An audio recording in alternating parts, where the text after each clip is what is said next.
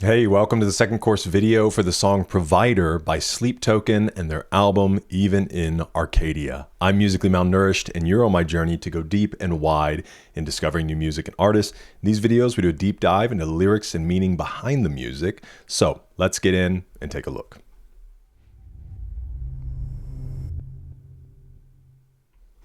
All right, off the bat, I do believe there is a switch in maybe the object within this song.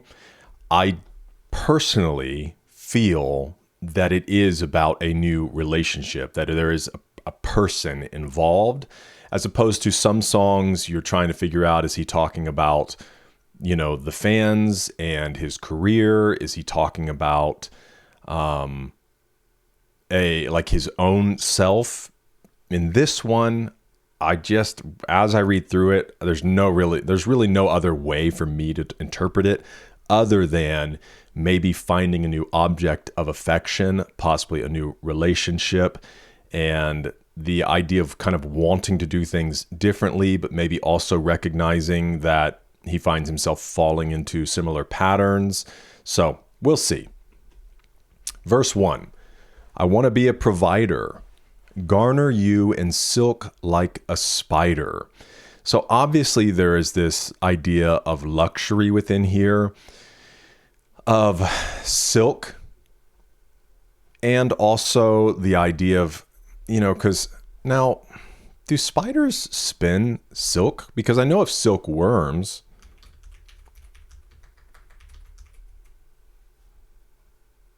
Oh, check this out. Okay. Yes. All spider species produce silk through their lives. Although not all of them use it to build traditional or shaped webs, spiders generate liquid silk in internal glands, which hardens into solid, durable thread as it's pulled through external abdominal organs called spinnerets. Hey, let's read a little bit more. Spiders are crazy. Silk is stored as a liquid protein soup, gross, inside the spider's abdomen. When spinning, the spider pulls this liquid out through spigots on the spinnerets, where it solidifies upon contact with air or due to physical manipulation by the spider. It's an interesting line because it denotes a little bit of darkness in it, right?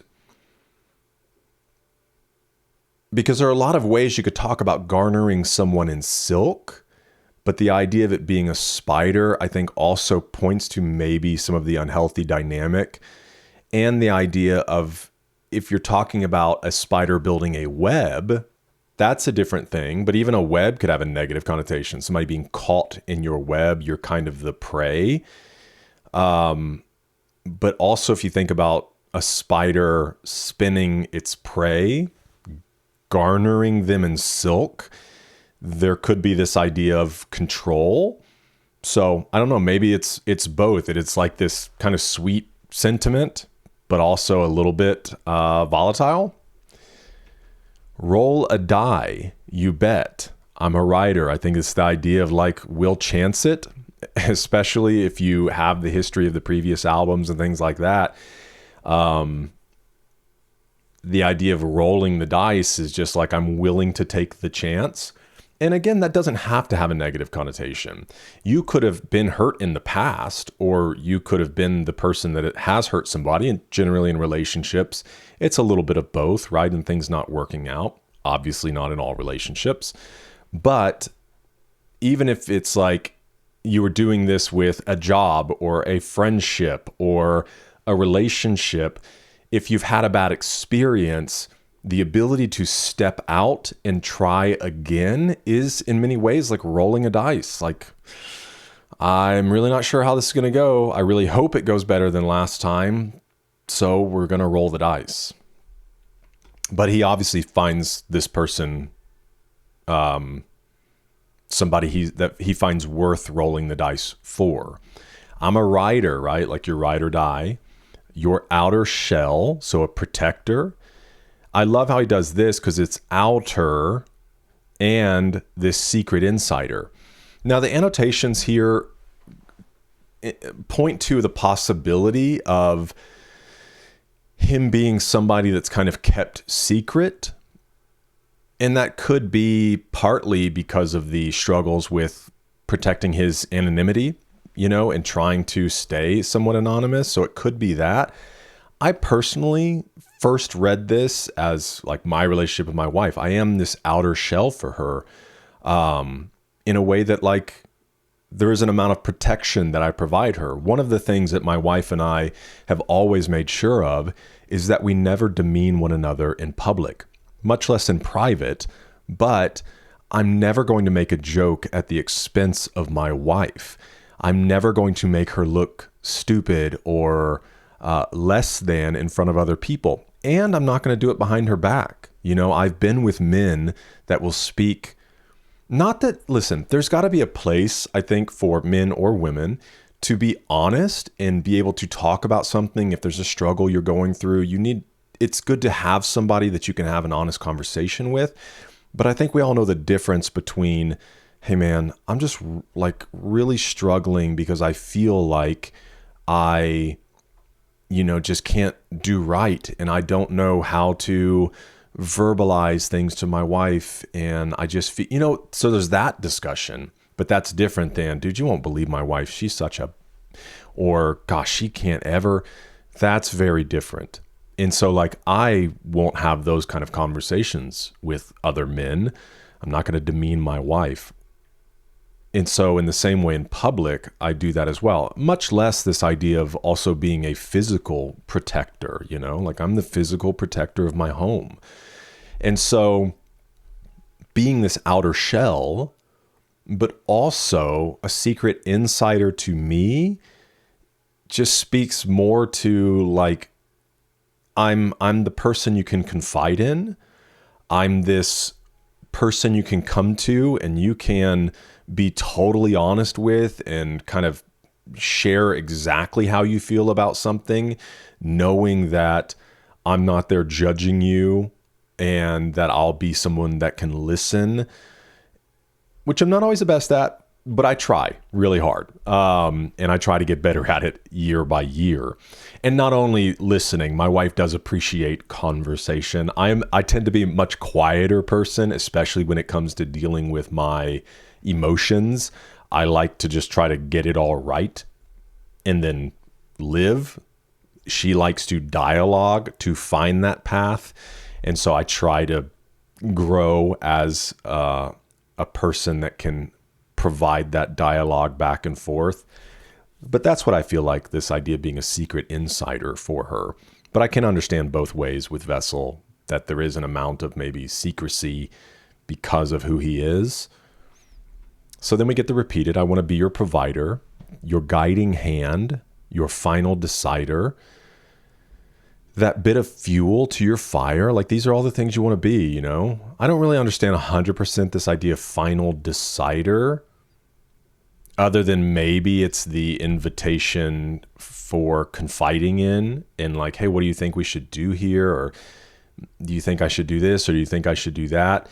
Because I think final decider can come across like I'm going to tell you what to do. But obviously within this song, I don't feel like that's the way that it's being conveyed. I feel like it's more of a confidant, and somebody, there are plenty of times that like my wife might come to me with different options and she wants to know my feedback and to help be this final decider on certain things. The bit of fuel to your fire. Yes, I want to be that. I want to fuel my wife's fire. And then you've got this kind of swing into a little bit of the romantic as well. Stoke your desire. And yes and amen. Want to be that to my wife as well. And we do that in many forms. Some of that is taking care of myself. And I know that everything in relationships is not just physical.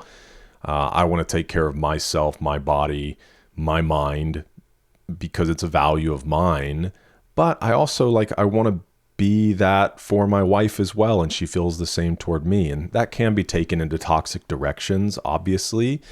And things change over time. Bodies change. Life happens. And so, I am my wife's ride or die no matter what, but I think we both equally share that in common, that we want to try to keep ourselves healthy not just for the desire for one another, but also longevity in life and the things that we want to build, God willing, being around for our grandkids and all of those different things.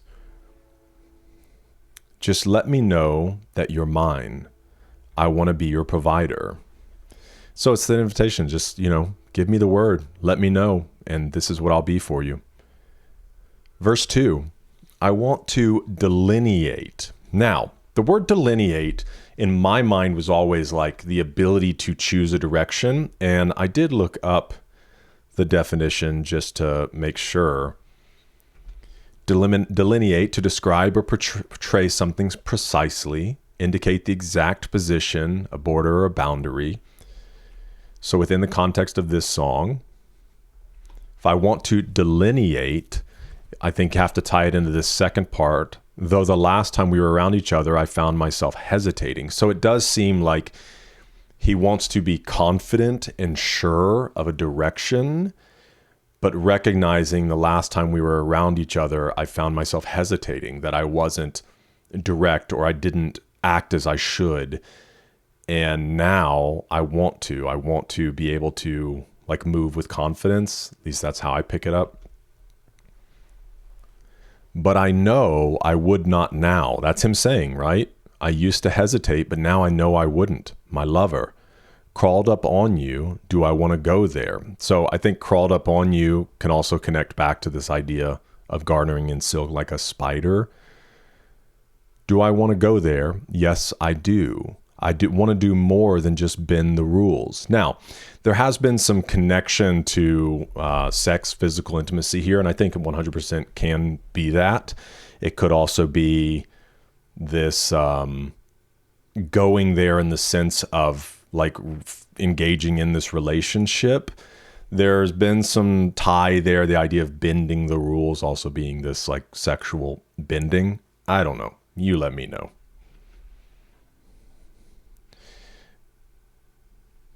You've been hitting my phone so hard, I found it breathing through a tube in the ICU, which I found this one strange because it almost seemed like maybe there was a bit of hesitation from her part because this idea of him saying, just let me know. In the word but, I just find interesting. You've been hitting my phone so hard, I found it breathing through a tube in the ICU. That could not have a negative connotation with it. It could just be the recognition that she is pursuing as well. She is open. She is letting him know I'm there. Because he does go on to this positive idea. Yeah, I see you. The only bad baddie spinning eyes in the room. So her beauty. The only good girl, which is interesting because he has this bad baddie, right? The only good girl in this side of the moon. So I don't know if it's just him saying bad baddie in the sense of her physical traits, but then him also speaking of who she is as a person. And you're the only game that I like to lose. Now, I do want to look at this annotation because it points back to Bloodsport. Again, not that it's the same thing, but, and I guess we don't have to look at the annotation, just the idea of Bloodsport is the engaging in this relationship that we enjoy. It is a sport, but it's also causing a lot of pain. I think with this one, it is this idea of I'm fine losing to you in the sense of losing myself. My guards are down. I feel the need to conquer and win everything else, but I'm fine you winning me, you taking me over. I feel like that's probably more of what it's speaking about. The way you look at me like that got me falling right back. Or the way you look at me like that got me falling right back. I think, again, this could be a sexual connotation, like falling back onto a bed. I more so am leaning, and they can have multiple meanings. I more so lean to maybe the side of, I guess the idea that was expressed here is falling back into these old habits or into this old place. I don't know, man. And I know that as the album goes on, even with Gethsemane, is he speaking of the same relationship and some of the struggle that's there? this annotation says, despite knowing how toxic the partner is, Vessel continues to go back to her, even if he damages himself in the process. So that seems to speak to this idea of falling back into the place that I was before. You let me know. And your fingers foxtrot on my skin, which foxtrot is obviously a dance. I'm going under this time. I can give you what you want. So maybe the idea of going under her spell. If you want to continue with the sexual annotations, I think we can all surmise what could be said there. But it could also have the multiple meanings. And our bodies, because this does move into intimacy, our bodies converse like old friends. And this is also why it may speak to somebody that he has known. And he spoke about that in other places, the idea of like he hesitated before, but he's not this time, whether it's the same person or just somebody else that he has known in the past, loved in the past, pursued a relationship with. It is this idea of like when old friends come together, it's like we were never apart, right? Exchanging the years in silence with something unsaid on both ends, surely we know the difference. I feel like this is still connected here. So in this place of intimacy, there have been these years apart, these experiences that they've had in life, and there's this amount of conversation, this amount of dance that is happening in this silence, in this intimate moment, kind of catching back up on life, but yet without speaking. And that there are things unsaid on both ends, either things that are reserved, that are not shared, that they don't want to share with one another. So I don't know. And especially this idea, I don't 100% know. Surely we know the difference.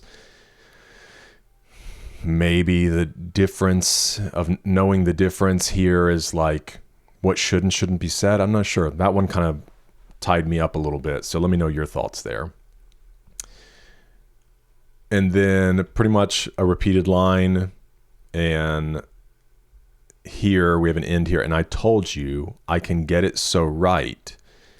Even in the daylight, I can give you what you want.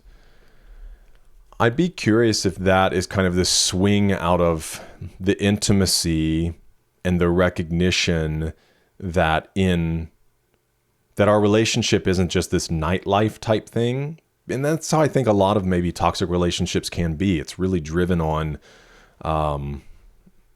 sex and passion and partying possibly. But that's not my relationship, I think a true relationship, a loving relationship is somebody that you can build a life with, somebody that you can trust and confide in.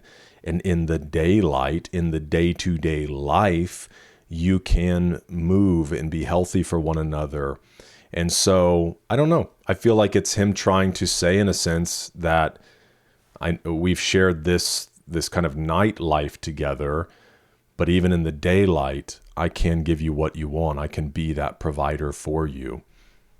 So that's how I read it. And then the outro just, I can give you what you want. I can give you what you, and then it cuts off. So really incredible song. And the album's really great. The writing's really great. And I would love to know your thoughts in the comments, so feel free to share them with me. We can have conversation there. Thanks for hanging out with me. Hope to see you in the next one, because we're eating good.